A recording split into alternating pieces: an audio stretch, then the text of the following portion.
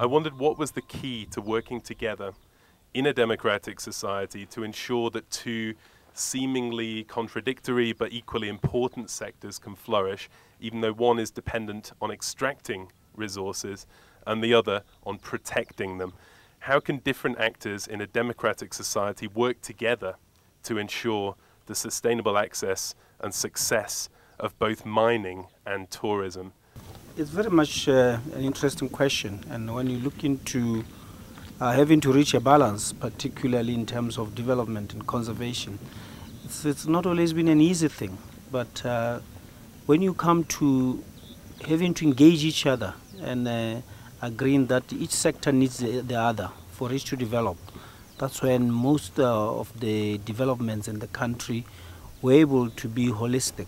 And that is, so we need to be looking into not just sectoral developments, but looking, we in the environment sector, we say from the ecosystems approach kind of a platform whereby we take sectors and we plan for everything so that we know what pertains where, what can take place where. Then we are able to make that balance when we do our developments, not to be taking a sector that could be detrimental to a particular environment on that locality. So we know very well by planning in advance what is possible in what locality. Thank you. And so maybe we could hear from Ambassador Tekia. Well, thank you very much. I think the key thing here is coexistence, because nature and human beings need to coexist side by side. And with good preservation of nature, then there is development because of the stability that the country maintains. Otherwise, without preserving our nature, without conserving our environment, we are nothing. We have seen what other countries are going through because they have degraded their nature. We have seen what other countries have gone through because there is no more, coexistence with animals or with wildlife.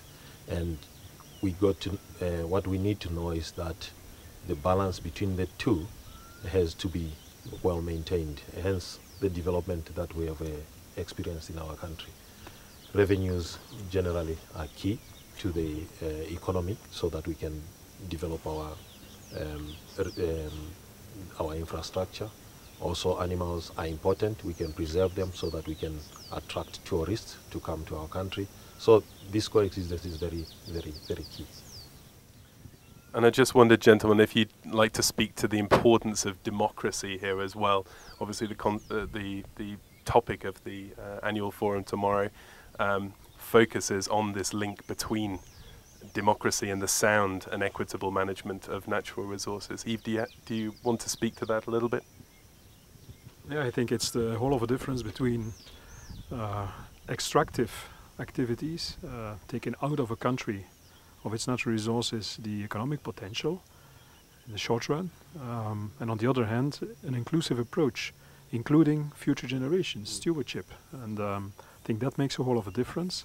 Not always easy. I would add that besides democracy, there's also a need for strong leadership about sustainability, because not in Botswana, but in lots of countries, the situation is such that people want immediate results, that they wouldn't understand that natural resources or the product of natural resources is saved for the future, although it's an essential part of sustainability. And Botswana, of course, with its policy has showed how to do that.